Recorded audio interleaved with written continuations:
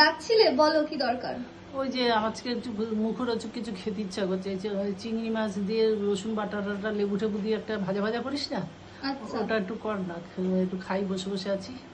আচ্ছা করছি। বাজার আসবে তারপরে তো রান্না করবো। আচ্ছা আচ্ছা করছি, দাঁড়াও।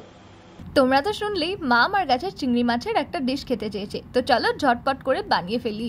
প্রথমে চিংড়ি মাছটা খোলা ছাড়িয়ে পিঠের ওপরের যে শিটটা থাকে সেটা ফেলে খুব ভালো করে ধুয়ে নিয়েছি। আর এবারে লেবুর রস, গ্রেট করে রাখা রসুন, স্বাদ মতো নুন আর সামান্য পরিমাণ গোলমরিচের গুঁড়ো দিয়ে খুব ভালো করে মিক্স করে নিলাম। আর এবারে একটা ফ্রাইং প্যানের মধ্যে তেল গরম করে এর মধ্যে চিংড়ি মাছগুলোকে ভেজে নিতে হবে। এখানে তেলের পরিমাণটা না আমি আন্দাজ না বুঝতে পারার কারণে একটু বেশি পড়ে গেছে। চিংড়ি মাছ ভাজার জন্য সামান্য তেল হলেই কিন্তু যথেষ্ট।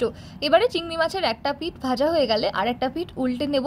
তো এভাবে দু পিঠ হালকা হালকা করে ভেজে নিচ্ছি, খুব বেশি ভাজবো না, কারণ খুব বেশি ভাজলে মাছটা শক্ত হয়ে যাবে। আর এই দেখো, এটা বানানো কমপ্লিট। এবারে তেলটা ঝেড়ে তুলে নিলেই হলো। দে খাই।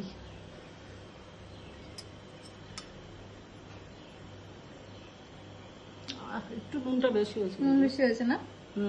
খুব সুন্দর হয়েছে। এমনি ভালো হয়েছে? সবটা আমার। তুমি যদি সবটা খাও, খেয়ে নাও। নে খাওয়াটা ভালো হয়েছে, একটু খাও। আর আছে? রয়েছে, নুন বেশি হয়েছে।